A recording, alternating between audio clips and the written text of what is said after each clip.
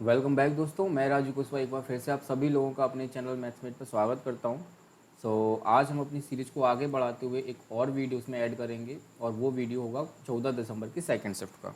ठीक है, तो 14 दिसंबर की सेकंड शिफ्ट से पहले के सारे अपन पटवारी के मैथ्स वाले क्वेश्चन सॉल्व कर चुके हैं और आज अपन 14 दिसंबर की सेकंड शिफ्ट के कंप्लीट 20 क्वेश्चन सॉल्व करेंगे। ठीक, तो चलिए इस वीडियो को शुरू करते हैं और क्वेश्चन नंबर 1 देखते हैं। देखिए भाई, क्वेश्चन नंबर 1 है, दो नल एक टंकी को क्रमशः 1 लीटर प्रति मिनट और 2 लीटर प्रति मिनट की दर से भरते हैं। मतलब ये भरने वाले नल हैं जो 1 मिनट में 1 लीटर और 2 लीटर भर रहा है। दूसरा, एक तीसरा नल जो है वो 1/2 लीटर मतलब आधा लीटर प्रति मिनट की दर से खाली करता है। यदि टंकी की क्षमता 1000 लीटर है तो उसे भरने में कितना समय लगेगा यदि सभी तीनों नल खुले हुए हैं। तो देखो भाई, अगर मैं 1 मिनट की भी बात करूं तो 1 मिनट में पहला नल 1 लीटर भरेगा, दूसरा नल 2 लीटर भरेगा और जो तीसरा नल होगा वो आधा लीटर खाली कर देगा। तो 1 मिनट में इतना पानी जाएगा। कितना है ये? 2 और 1 3 - 2 मतलब 2.5 लीटर पानी। 5/2 लीटर पानी जाएगा 1 मिनट में। टंकी कितनी है? टंकी की क्षमता है 1000 लीटर। तो टंकी को भरने में कितना समय लगेगा भाई? ये समय लगेगा, 1000 को डिवाइड मार दो आप 5/2 से, क्योंकि 1000 लीटर की टंकी है और 1 मिनट में 5/2 लीटर पानी जाता है। तो 1000 लीटर की टंकी को भरने में इतना समय लगेगा। इसको आप सॉल्व करोगे तो 2000, ये 2 ऊपर पहुंच जाएगा तो ये हो जाएगा 2000 और ये 5 है ना, तो ये कितना हो जाएगा 400। तो ये 400 क्या है? 400 मिनट है। अब इस 400 मिनट को अपन को चेंज करना है किस में? आवर्स में। तो 400 को डिवाइड मारेंगे अपन 60 से, है ना, तो 60 से डिवाइड मारने के बाद ये आ जाएगा 20/3। 20/3 जब आप करोगे तो कितना आ जाएगा ये?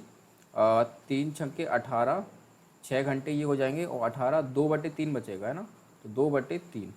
अब 6 घंटे तो ये है, इस 2/3 को मिनट में चेंज करने के लिए मैं 60 का मल्टीप्लाई कर दूंगा तो 3 से कटेगा ये 20 बार, 20 दूनी 40, तो 6 hour 40 मिनट ये आपका टंकी को भरने में लगा हुआ समय होगा। ठीक है भाई, तो इजी क्वेश्चन था। अब चलते हैं क्वेश्चन नंबर 2 पे। देखिए, इस टाइप का क्वेश्चन अपन प्रीवियस वीडियो में और उससे पहले की वीडियो में भी, मतलब कंटिन्यू 2-3 वीडियो में मैं इसको 2-3 वीडियो से कराता हुआ आ रहा हूँ। तो अब मुझे लगता है कि आपको इस क्वेश्चन को खुद से सॉल्व करना चाहिए, है ना। तो आप वीडियो को पॉज कीजिए भाई और खुद से इस क्वेश्चन को एक बार सॉल्व करने की कोशिश कीजिए, है ना। अगर नहीं होता है तो उसके बाद सॉल्यूशन देखना, ठीक है। तो चलिए इस क्वेश्चन को मैं कराता हूँ। देखिए, 5 को डिवाइड मारना है आपको 37 से, ठीक है, और आपको बताना है 2019वां अंक, 2019वां अंक बताना है। तो देखो, 5 में तो जाएगा नहीं तो डेसिमल लगा के मैं बढ़ा लूँगा 0। अब चला जाएगा एक बार, बिल्कुल, तो 10 में से 7 जाएगा तो 3 बचेगा और 4 में से 3 जाएगा 1 बचेगा। डेसिमल लगा हुआ है, 0 बढ़ा सकता हूँ तो 37 दूनी 74 हो जाएगा और 3 बार जा सकता है, हाँ 3 बार जा सकता है। तो 3 सत्ते 21 और 3 तिया 9 और 2 11, ठीक है। तो ये कितना बचेगा? 10 में से 1 गया 9 और ये 2 में से 1 गया 1। अब फिर से 0 बढ़ा सकता हूँ। अब कितनी बार जाएगा? अब जाना चाहिए 3 पंजे 15, 5 बार समथिंग। तो 5 बार कितना हो जाएगा? 5 सत्ते 35 की 5 और 5 तिया 15 और 3 18, 180, ठीक है। अब ये देखेंगे 10 में से 5 जाएगा, 5 बचेगा। डेसिमल लगा हुआ है, 0 बढ़ा सकता हूँ, बिल्कुल बढ़ा सकता हूँ, ठीक है। अब देखिए भाई, ये शुरू में भी 50 था, अब फिर से 50 आ गया, मतलब यहाँ से कहानी क्या हो जाएगी? रिपीट हो जाएगी। मतलब ये 0.135 आया, तो यहाँ पे फिर से जब मैं आगे डिवाइड मारूंगा तो फिर से 135 आएगा, उसके बाद फिर से 135 आएगा। मतलब ये 3-3 डिजिट बाद आपका रिपीटेशन चालू हो जाएगा। अब देखो, मैंने आपको पिछली वीडियो में एक शॉर्ट अप्रोच बताई थी, उसी शॉर्ट अप्रोच से मैं इस क्वेश्चन को सॉल्व करूँगा। अगर आप डिटेल में देखना चाहते हैं ना, तो इससे पहले वाला वीडियो है उसको आप देखना, आपको डिटेल में मिल जाएगा, ठीक है। तो देखो, शॉर्ट अप्रोच क्या कहती है, आपको निकालना है 2019वां अंक, 2019वां अंक निकालना है। तो मैंने क्या बताया था आपको शॉर्ट अप्रोच में कि अगर रिपीटेशन 3 डिजिट का हो रहा है, मतलब 3 डिजिट बाद रिपीटेशन हो रहा है, तो ये जो अंक है ना 2019वां अंक, तो यहाँ पे आपको ये देख लेना है कि इसके आसपास 3 से डिविजिबल कौन सा अंक होगा। जैसे 2019वां, ठीक है, इससे पहले 2018 आएगा, ठीक है, 2017 भी आएगा। इनमें 3 से डिविजिबल कौन सा है? आप बोलेंगे सर 3 से डिविजिबल इन तीनों में तो 2019 ही दिख रहा है मुझे। तो कहने का मतलब ये है कि अगर 2019 मेरा 3 से डिविजिबल है तो 2019 पे मेरा कंप्लीट एक पेयर बनेगा, कंप्लीट एक पेयर ख़त्म होगा। कहने का मतलब पेयर ख़त्म होगा का क्या मतलब है कि 2019 का जो अंक होगा, 2019 का जो डिजिट होगा वो इस पेयर का लास्ट डिजिट होगा, है ना। तो 2019 का डिजिट क्या होगा 5, और 2018 क्या होगा 3, और 2017 होगा 1, क्योंकि पेयर अपना यही तो था 135, पेयर का क्या था अपना 135। तो 2019 पे आपका ये इस पेयर का लास्ट डिजिट होगा। तो आपको यहाँ पे 2019वां डिजिट ही पूछा था, जो कि क्या निकल के आया है आपका 5, और यही 5 आपका आंसर है। अगर आपसे 2018वां पूछा होता तो ये 3 आंसर होता, 2017वां पूछा होता तो 1 आंसर होता। अगर आपसे 2020वां अंक पूछा होता ना, तो देखो 5 पे ये ख़त्म हो गया एक पेयर, अब यहाँ से दोबारा बनना शुरू होगा। तो 2020वां 1, फिर 21वां कितना हो जाएगा 3, और फिर 2022वां कितना हो जाएगा फिर से 5। तो इस तरीके से ये आगे चलेगा। तो आई होप समझ में आ गया होगा। अगर नहीं समझ में आया ना तो भाई डिटेल में आपको करना है तो इससे पिछली वाली वीडियो में आप देख लीजिए, है ना। तो अब मैं चलता हूँ क्वेश्चन नंबर 3 पे। देखिए क्वेश्चन नंबर 3 है 18 सेंटीमीटर आधार व 11 सेंटीमीटर ऊंचाई के त्रिकोण का क्षेत्रफल क्या है ये आपको बताना है। त्रिकोण मतलब ट्राइंगल का क्षेत्रफल बताना है। तो देखो एक यूनिवर्सल फार्मूला क्या होता है ट्राइंगल के एरिया का, वो होता है 1/2 base into height, base into height. ये हर ट्राइंगल में काम करता है भाई, है ना। तो देखो इसमें 1/2 बेस कितना दे रखा है 18, और हाइट दे रखी है आपको 11। तो यहाँ से आप निकालेंगे तो 2 से ये 9 बार कटेगा, और 11 9 जा 99 सेंटीमीटर स्क्वायर। ये आपका आंसर हो जाएगा ऑप्शन नंबर 3 पे। ठीक है, ईजी था। चलिए क्वेश्चन नंबर 4 देखिए भाई। 4th क्वेश्चन में है 64 का स्क्वायर माइनस 36 का square is equal to 20x। इसको सॉल्व करना है आपको और x की वैल्यू निकालनी है। इस क्वेश्चन को जब आप ऑब्जर्व करोगे तो आपको दिखेगा ए स्क्वायर माइनस बी स्क्वायर का फॉर्मेट यहाँ पे, ए स्क्वायर माइनस बी स्क्वायर का। ठीक है, तो क्या होता है ए प्लस बी और ए माइनस बी, यही होता है। तो भाई इसको आप ए प्लस बी ए माइनस बी से भी खोल सकते हो। अगर आपका कैलकुलेशन फास्ट है आप 64 का स्क्वायर निकाल सकते हैं, 36 का स्क्वायर आपको याद है तो आप इसको माइनस करके और जैसे भी आपको इजी लगे वैसा कर सकते हो। तो मैं आपको ए स्क्वायर माइनस बी स्क्वायर के फॉर्मूले का यूज़ करके बताऊंगा। तो देखो ए प्लस बी मतलब एक बार 64 प्लस 36 जुड़ जाएगा, और एक बार 64 में से 36 घट जाएगा, और ये किसके इक्वल चल रहा है 20x के। ठीक है, तो 64 और 36 100 हो जाएगा, और ये 14 में से 6 जाएगा 8, और 5 में से 3 जाएगा तो 2, है ना। और ये किसके इक्वल है 20x के। 20 से ये 100 कटेगा 5 बार, और 28 इंटू 5 कितना होता है 140, और यही x की वैल्यू आपसे पूछी थी, है ना। तो ऑप्शन नंबर फर्स्ट आपका आंसर हो जाएगा। ठीक है, चलिए क्वेश्चन नंबर 5 देखिए। क्वेश्चन नंबर 5 भी बहुत ईजी है भाई, एवरेज का क्वेश्चन है। आपने ऑब्जर्व किया होगा, अगर आप शुरू से वीडियो देख रहे हैं तो इस टाइप का क्वेश्चन आपको हर एक शिफ्ट में मिला है। अभी तक कोई भी ऐसी शिफ्ट नहीं है जिसमें एवरेज का इस टाइप का क्वेश्चन ना हो। तो ये फ्री का नंबर है, इसको हाथ से ना निकलने देना। ठीक है, बस कैलकुलेशन मिस्टेक मत करना इसमें, बाकी इसमें कुछ है नहीं। और अब चलते हैं क्वेश्चन नंबर 6 पे। देखिए इस टाइप के क्वेश्चन को सॉल्व करने का तरीका मैंने आपको ऑलरेडी बता रखा है। 125 है, ये 3125 है, और सब में 5 की पावर चल रहा है, तो सबको 5 की पावर में चेंज कर लो भाई।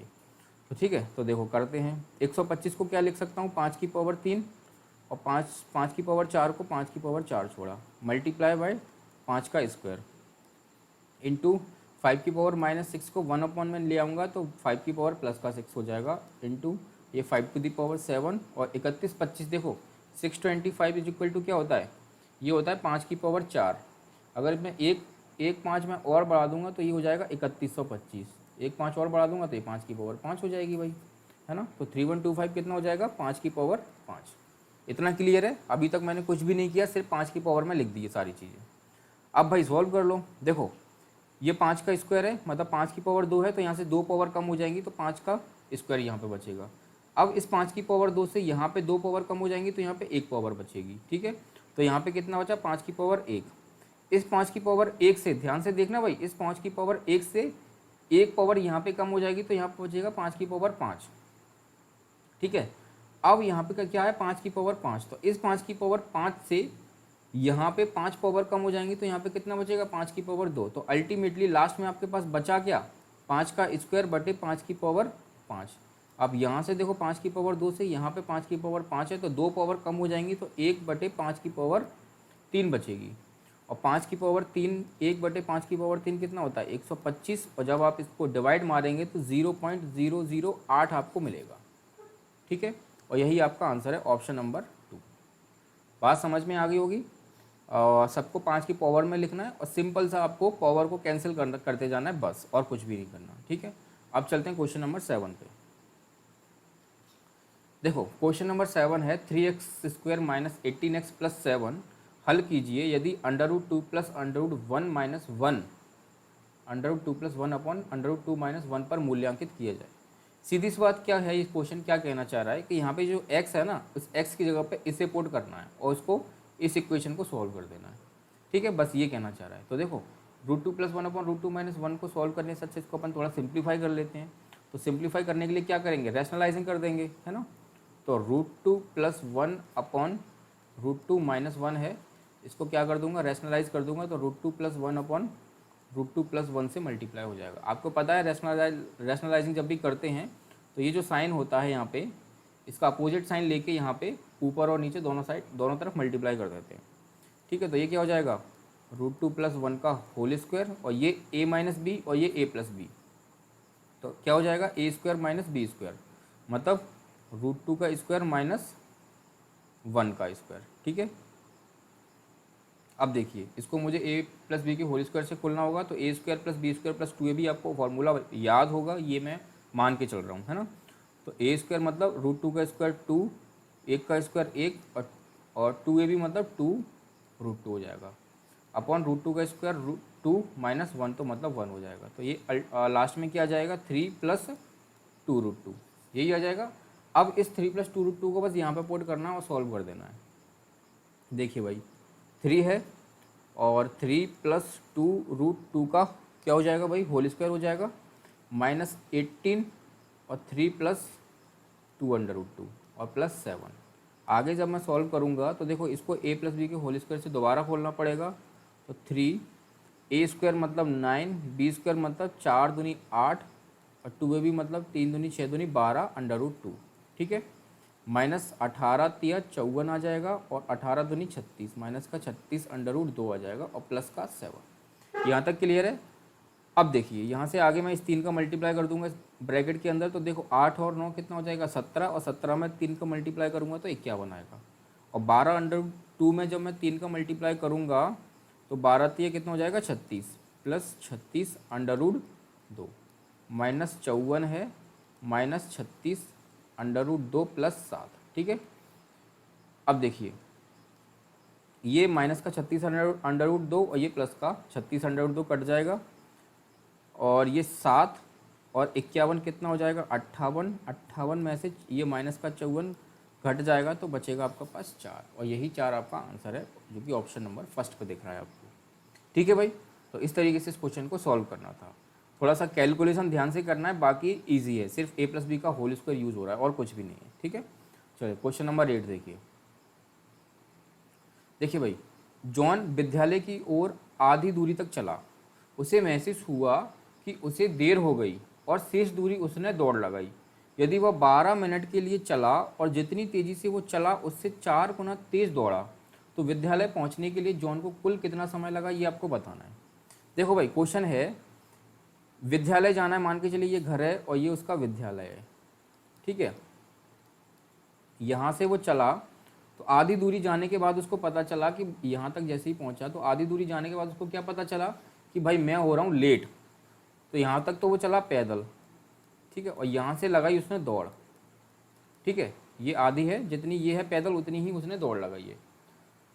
तो दौड़ लगाने के बाद उसने क्या किया भाई, अपनी चाल को कैसा कर दिया, 4 गुना बढ़ा दिया। मतलब यहाँ पे अगर उसकी स्पीड 1 थी तो यहाँ पे उसकी स्पीड कितनी हो जाएगी 4। रेशो में इसको ऐसे बोल सकता हूँ। तो ये काय का रेशो है भाई, स्पीड का। ठीक है, अब देखो डिस्टेंस मेरी कांस्टेंट है, डिस्टेंस तो मेरी नहीं बदल रही है ना। तो स्पीड का रेशो अगर मेरा 1:4 है तो टाइम का रेशो कितना आ जाएगा, आप बोलेंगे सर 4:1 आ जाएगा। ठीक है, टाइम का रेशो कितना हो जाएगा 4:1, मतलब इसका उल्टा हो गया। अब मुझे बताइए भाई, जब वो पैदल चला था तो उसको कितना टाइम लगा था 12 मिनट। पैदल में जब 12 मिनट चला है ना वो 12 मिनट तक, है ना। तो देखो इस 4 यूनिट की वैल्यू कितनी है 12 मिनट। ठीक है। तो यहाँ से 1 यूनिट की वैल्यू निकालूंगा तो ये आ जाएगी 3 मिनट।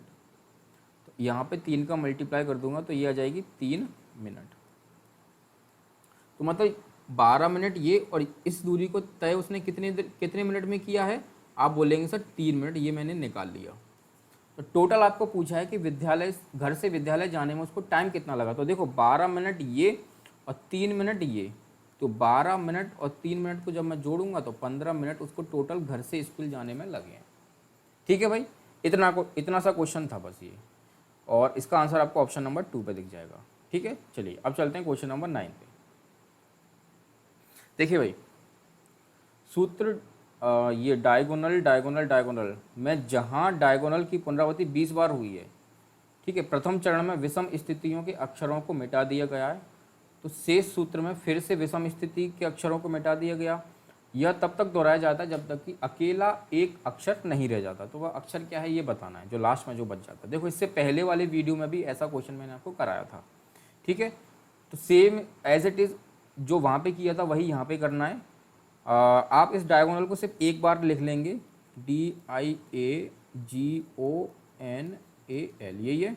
आप इसको एक बार लिखो या 20 बार रिपीट कराओ, आंसर में कोई चेंज नहीं आने वाला। ठीक है, अब देखो मैं एक बार लेके कर रहा हूँ, अगर आपको डाउट होता है, आप वेरीफाई करना चाहते हैं, तो आप इसको 20 बार लिखिए और फिर आप वही प्रोसेस दोहराइए जो मैं दोहरा रहा हूँ।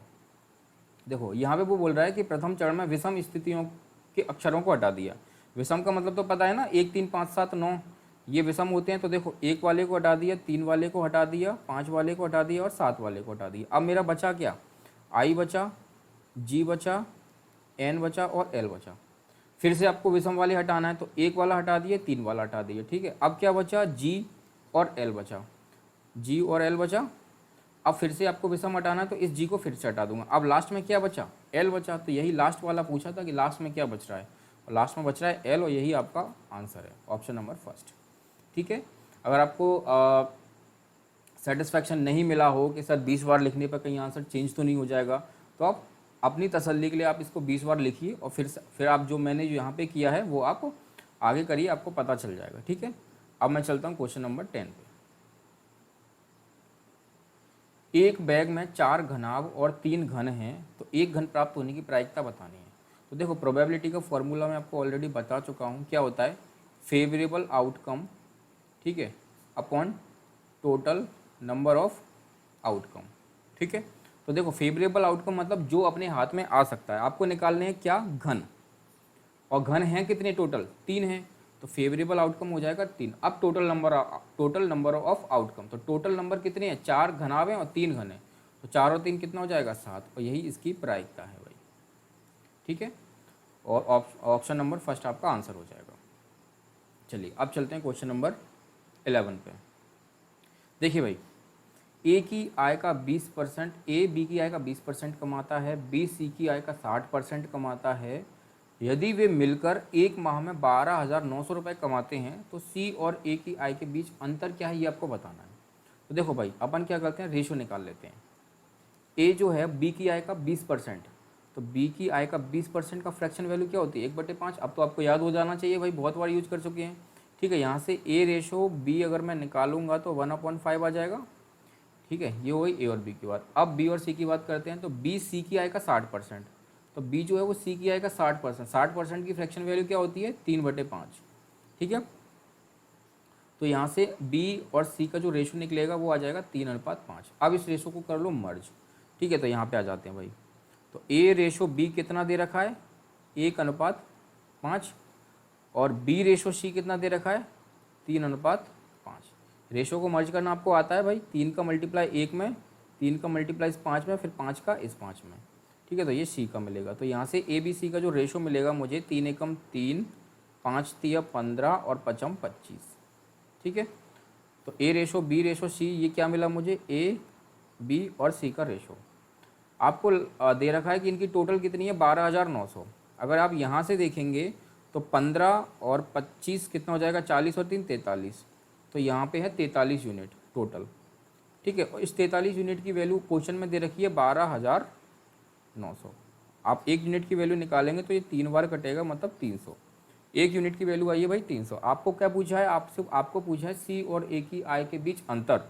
तो देखो सी की 25 थी, ए की 3 है, तो 25 और 3 का डिफरेंस कितना है 22। मतलब आपको निकालना क्या है 22 यूनिट की वैल्यू, है ना भाई। तो 22 यूनिट की वैल्यू निकाल लेंगे तो एक यूनिट की कितनी है 300, और 22 के निकाल लेंगे तो 22 का मल्टीप्लाई मतलब आ जाएगा 6600। तो यही ए और सी की आय के बीच अंतर होगा। ठीक है, ऑप्शन नंबर सेकंड आपका आंसर हो जाएगा। आई होप समझ में आ गया होगा। क्वेश्चन में कुछ था नहीं, सिर्फ रेशो निकालना था, रेशो को मर्ज करना था, और बाकी आपको पता ही है। चलिए अब चलते हैं क्वेश्चन नंबर 12 पे। देखिए, एक पाइप 12 घंटे में एक हौज को भर सकता है। एक पाइप है वो 12 घंटे में भर सकता है, और दूसरा पाइप उसको 18 घंटे में खाली कर सकता है। ये जो है 18 घंटे में खाली करने वाला पाइप है, मतलब मैंने माइनस लगा दी, इसका मतलब ये कि ये खाली करने वाला पाइप है। ठीक है, अब अपन निकालेंगे, मान लेते हैं इनका एलसीएम। ये हो जाएगा पाइप की इफिशियंसी, मतलब पाइप वो सॉरी हौज की इफिशियंसी, मतलब हौज में 36 लीटर पानी था, तो ये एक घंटे में 12 घंटे में इसको भर सकता है, तो एक घंटे में 3 भर रहा होगा। और ये 36 वाले हौज को 18 घंटे में खाली कर देता है, तो एक घंटे में ये कितना खाली कर रहा होगा 2। ठीक है, ये एक घंटे में 3 खाली भरता है और ये 2 खाली कर देता है, तो मतलब एक घंटे में अगर मैं बात करूँ तो सिर्फ एक ही पानी जाएगा, एक यूनिट ही पानी जाएगा ना एक घंटे में। ठीक है, अब आपको पूछा है कि अगर दोनों पाइप एक साथ खोल दिए जाएँ तो भाई ये हो जाएगा हौज को हौज कितने घंटे में भर जाएगा। तो हौज कितने का था भाई 36 का। ठीक है, एक घंटे में एक यूनिट में एक घंटे में एक यूनिट पानी भरता है, तो 36 यूनिट भरने में कितना टाइम लगेगा 36 घंटे। और यही आपका आंसर है। इजी क्वेश्चन था, इजी क्या बिल्कुल रद्दी क्वेश्चन बोलूँगा मैं इसको, कुछ था ही नहीं इसमें। चलिए क्वेश्चन नंबर 13 देखिए भाई। पी क्यू से 5 वर्ष बड़ा है जो आर से 2 गुना बड़ा है। यदि पी क्यू आर की कुल आयु 55 वर्ष है तो पी की आयु कितनी है, ये आपको बताना है। देखो भाई, पी है, क्यू है और आर है। पी जो है वो क्यू से 5 वर्ष बड़ा है, जो आर से 2 गुना बड़ा है। ये जो शब्द यूज होता है ना भाई, ये सेकंड पर्सन के लिए यूज होता है। मतलब देखो यहाँ पे पी है और ये क्यू है, तो ये पी क्या है फर्स्ट और ये है सेकंड, तो ये जो यूज हुआ है वो इस क्यू के लिए यूज हुआ है। ठीक है, तो आर क्यू जो है वो आर से 2 गुना बड़ा है, तो आर को मैंने अगर एक माना, आर को मैंने 1 माना, तो क्यू कितना 2 गुना बड़ा, मतलब ये 2 का हो जाएगा। ठीक है, एक्स लगा लेता हूँ मैं इन दोनों के साथ। एक्स क्यों लगाया ये आपको भी पता चल जाएगा। अब क्यू की जब पी से तुलना हो रही है तो पता चल रहा है कि पी क्यू से 5 वर्ष बड़ा है, तो क्यू अगर 2x का है तो पी कितना का हो जाएगा 2x प्लस 5 का। ठीक, अब देखो x मैंने क्यों लगाया था, अगर मैं x नहीं लगाता तो इस 2 के साथ आप 5 लिख देते, मतलब 2 + 5 लिखना होता, तो बड़ा कन्फ्यूजिंग होता है ना, क्योंकि आपको ये यूनिट में लेना है और ये आपका एग्जैक्ट नंबर है। ठीक है, आपको बोला है पी क्यू आर की कुल आयु 55 वर्ष है, तो भाई देख लो इनकी कुल आयु कितनी दे रखी है 55 साल। 2 और 2 4 और 1 5x प्लस 5 ये आ जाएगा 55, और यहाँ से जब x की वैल्यू निकालोगे तो 5 आगे 50, 50/5 मतलब 10, x की वैल्यू आ जाएगी 10। आपसे किसकी आयु पूछा है, आपसे पूछी है p की आयु, मतलब ये यहाँ पे x की वैल्यू पुट कर दो, तो 2 × x की वैल्यू 10 प्लस 5 ये आ जाएगी 25 वर्ष, ये है p की आयु। ठीक है भाई, ऑप्शन नंबर 4 आंसर हो जाएगा। अब चलते हैं क्वेश्चन नंबर 14। एक समलंब का क्षेत्रफल 2400 वर्ग सेंटीमीटर है और समांतर भुजाओं का योगफल ऊंचाई का 3 गुना है। यदि एक समांतर भुजा 40 सेंटीमीटर है तो सेंटीमीटर में अन्य भुजा की लंबाई क्या है, ये आपको बताना है। तो देखो भाई, सबसे पहले आपको समलंब का क्षेत्रफल का फॉर्मूला पता होना चाहिए एरिया का। तो एरिया जो होता है वो होता है 1/2 सम ऑफ पैरेलल साइड, मतलब समांतर भुजाओं का योग, समांतर भुजाओं का योग गुणा ऊंचाई, ये होता है समलंब चतुर्भुज के क्षेत्रफल का एरिया। ठीक है, जिसको अपन क्या बोलते हैं ट्रेपेजियम बोलते हैं, एरिया ऑफ ट्रेपेजियम। ठीक है, इस फॉर्मूले का आपको यूज करना है। अब देखिए, आपको यहाँ पे दे रखा है कि समांतर भुजाओं का योगफल ऊंचाई का 3 गुना है, तो मैं यहाँ पे मान लेता हूँ पहले हाइट को अगर मैंने x माना, ठीक है, हाइट को अगर मैंने x माना तो समांतर भुजाओं का योग समांतर भुजाओं का योग कितना हो जाएगा, यहाँ पे देखो भाई, समांतर भुजाओं को योग को मैं ऐसे ही लिख देता हूँ, समांतर भुजाओं का योग, समांतर भुजाओं का योग, ये कितना हो जाएगा, 3 गुना है ना ऊंचाई का, तो ये हो जाएगा 3x। ठीक है, अब रख दो भाई 1/2 समांतर भुजाओं का योग कितना है 3x। ठीक है, ऊंचाई कितनी है x, ये मल्टीप्लाई में सॉरी। ठीक है, और ये दे रखा है आपको 2400। ठीक है, अगर आप देखेंगे तो 3 से ये कटेगा 800 बार, 8 का जब मैं इधर मल्टीप्लाई करूँगा तो ये हो जाएगा 16। तो मतलब एक्स स्क्वायर की वैल्यू कितनी हो जाएगी भाई, एक्स स्क्वायर की वैल्यू हो जाएगी 1600। तो यहाँ से x की वैल्यू कितनी मानी जाएगी, x की वैल्यू आ जाएगी निकल के, आप दोनों साइड का स्क्वायर रूट ले लोगे तो 40। ये आया है x की वैल्यू 40 आई है भाई, मतलब इसकी हाइट। अगर मैं यहाँ से देखो हाइट कितनी आ गई 40, अगर मैं यहाँ पे देखो सिंपल वर्डों में लिख रहा हूँ, अब मैं ऊंचाई आ गई आपकी कितनी 40, और ऊंचाई का 3 गुना क्या था, समांतर भुजाओं का योग। तो योग कितना आ जाएगा समांतर भुजाओं का, 40 × 3 मतलब 120। ये दोनों समांतर भुजाओं का योग है भाई, दोनों समांतर भुजाओं का योग आया है 120। आपसे पूछा है कि एक समांतर भुजा 40 की है तो दूसरी कितनी की होगी। अब इस 120 में अगर एक 40 की है, 120 में अगर एक 40 की है तो 40 को माइनस करके दूसरी निकाल सकते हैं, दूसरी कितनी है की आ जाएगी 80 की। बस यही आपको पूछा था, ऑप्शन नंबर 3 आंसर हो जाएगा। बात समझ में आई, ऊंचाई मेरी 40 निकल के आई। ठीक है, तो योग मेरा हो जाएगा 120। अब 120 में से अगर एक भुजा 40 है तो दूसरी भुजा ऑटोमेटिक कितने की हो जाएगी, ये हो जाएगी 80 सेंटीमीटर की, और यही आपसे पूछा था, और यही आपका आंसर है ऑप्शन नंबर 3। ठीक है, अब मैं चलता हूँ क्वेश्चन नंबर 15 पे। 2.489 और 1.20 के योगफल से क्या घटाया जाना चाहिए जिससे कि अंतर 2 हो। अच्छा, मतलब इन दोनों को बड़ा इजी क्वेश्चन है भाई। 2.489 प्लस 1.20, इसका ये जो योगफल है, इस योगफल में से क्या घटाएं, मैंने घटा दिया x कि आपको अंतर क्या मिले 2। ठीक है भाई, इन दोनों को पहले जोड़ दो आप, तो 2 और 1 कितना हो जाएगा, ये 9, 8 और 2 10, और सही कर रहा हूँ ना भाई, नहीं सही नहीं कर रहा, देखो यहाँ पे मैं लिख के कर देता हूँ। ठीक है, 1.20 को इसमें जब जोड़ूंगा तो 9, 8, 6 और ये 3, 3.689 में से मैं x घटाता हूँ तो मुझे अंतर मिलता है 2। x की वैल्यू निकालने के लिए इस 2 को इधर घटा दो, तो 3.689 में से 2 माइनस कर दो भाई, 2.000, तो ये आ जाएगी किसकी वैल्यू, ये आ जाएगी जो भी आएगी, कितनी आएगी जो 986 और ये 1, ये आ जाएगी x की वैल्यू। ठीक है, और यही आपसे पूछा, खत्म। चलते हैं क्वेश्चन नंबर 16 पे। क्वेश्चन नंबर 16 जैसा देखो, ऐसा क्वेश्चन अपन पिछली वीडियो में भी कर चुके हैं, 18 से ही शायद उसमें पूछा था, एग्जैक्ट मुझे याद नहीं है। 1 2 3 4 A 6 ये कोई डिजिट नंबर है, ये 18 से विभाज्य है तो a का मान बताना है। 18 से डिविजिबल का मतलब है 9 और 2 से डिविजिबल दोनों से। 2 से डिविजिबल ऑलरेडी मुझे दिख रहा है, क्योंकि 2 से डिविजिबल होने के लिए लास्ट में मुझे या तो इवन नंबर चाहिए होता है या 0 चाहिए होता है, जो कि मुझे इवन नंबर 6 दिख रहा है। मुझे सिर्फ 9 की डिविजिबिलिटी चेक करनी है, और 9 की डिविजिबिलिटी में आपको बहुत बार बता चुका हूँ कि अगर सम ऑफ डिजिट मेरा 9 से डिविजिबल होता है तो मेरा नंबर भी 9 से डिविजिबल हो जाएगा। और सम ऑफ डिजिट 9 से डिविजिबल चेक करने का मैंने तरीका भी आपको बता दिया सिंपल तरीके से। ठीक है, देखो क्या है, 1 2 3 4 A 6, 9 से डिविजिबल होना चाहिए ना। तो देखो भाई 9 से 4 और 3 7, 7 और 2 9, ये हट गया। अब क्या बचा, 6 और 1 7, तो ये हो जाएगा 7, 7 प्लस A। अब A की जगह में मैं क्या रखूँ कि मेरा 9 का मल्टीपल आ जाए, तो A की जगह डायरेक्ट आप 2 पुट कर दो। A की जगह आप जैसे ही 2 पुट करोगे तो 7 और 2 कितना हो जाएगा 9, और 9 मेरा 9 से कटेगा, तो A की जगह आपने क्या पुट किया 2, और यही आपका आंसर है। ठीक है, समझ में आ गया होगा। चलते हैं आप क्वेश्चन नंबर 17 पे।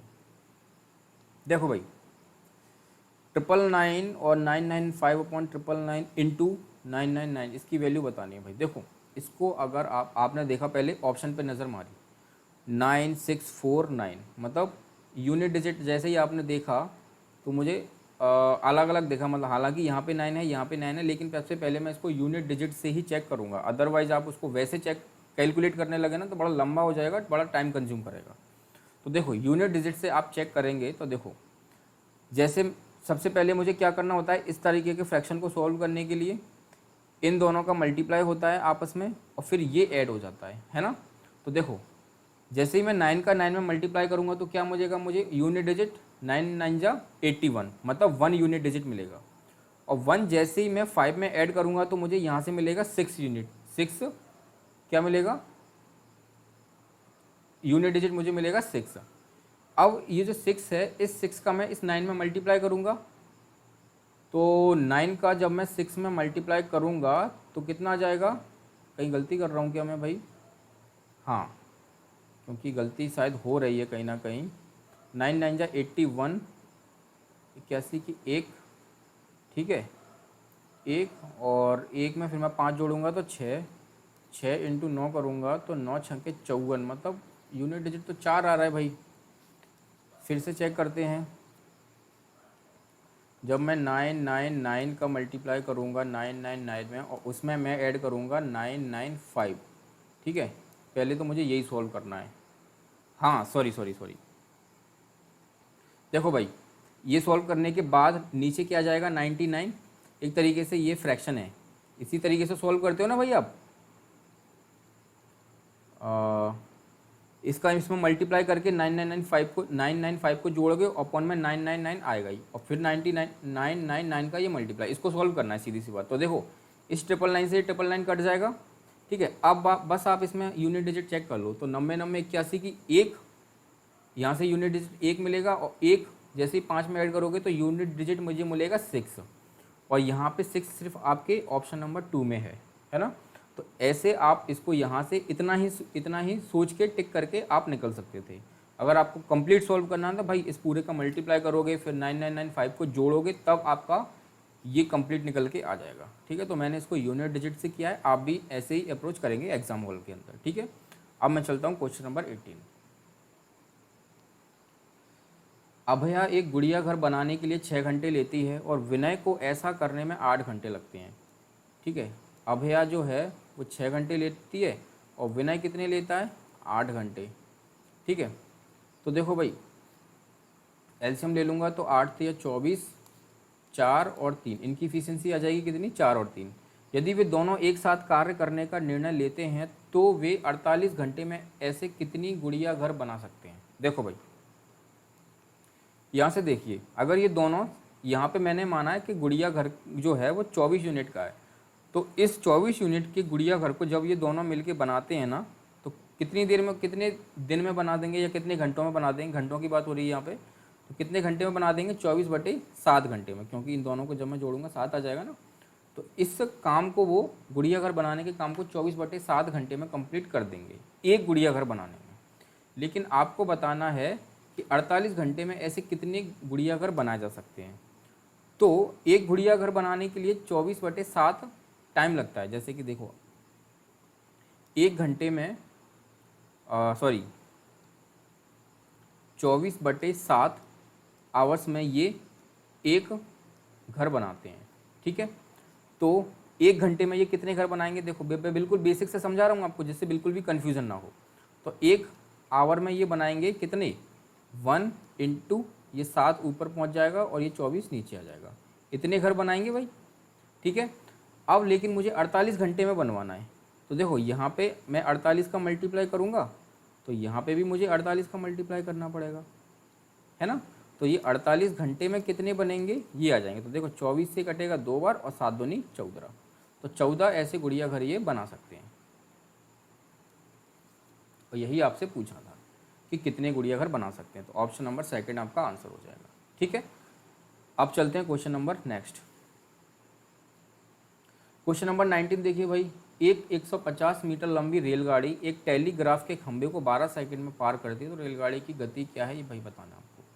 बड़ा ही इजी क्वेश्चन है, सिर्फ और सिर्फ फार्मूला लगाना है, स्पीड निकालनी है। स्पीड का फार्मूला क्या होता है, डिस्टेंस अपॉन टाइम, तो 150 अपॉन 12, ठीक है। तो आप इसको जब सॉल्व करोगे तो कितना आ जाएगा, मैं इसको काटता हूँ 3 से, तो 50/4 और 25/2 मतलब 12.5 मीटर पर सेकंड, ऑप्शन नंबर 3, ठीक है। चलिए क्वेश्चन नंबर 20 देखिए। जब एक संख्या से 30 को घटाया जाता है तो परिणाम उस संख्या का 80% होता है। तो संख्या बतानी है भाई। संख्या मान लो भाई x है, इस x से जब मैंने 30 घटाया तो मुझे मिला क्या, परिणाम में उस संख्या का 80%, मतलब x का ही 80%। 80% का मतलब होता है 4/5। ठीक है, ये फ्रैक्शन वैल्यू आपको याद होनी चाहिए। अगर आपको नहीं समझ में आया तो देखो 80% को मैं क्या लिख सकता हूँ, 80/100। जब मैं इसको काटूंगा तो 20 चौक 80, 20 पंजे 100, 4/5 आ गया। तो मैंने डायरेक्टली यहाँ पे 4/5 लिख दिया। अब क्या करना है, कुछ भी नहीं भाई, सॉल्व कर दो इसको। ये x है और ये 4x/5, इधर जाके माइनस का 4x/5 हो जाएगा। ठीक है, और ये 30 इधर आके प्लस का हो जाएगा। ये आ जाएगा x/5 is equal to 30। 5x minus 4x x और x/5 इज इक्वल टू 30। तो x की वैल्यू कितनी आ जाएगी, 150। और संख्या अपन ने क्या मानी थी, x, तो x निकल के आ गई आपकी 150।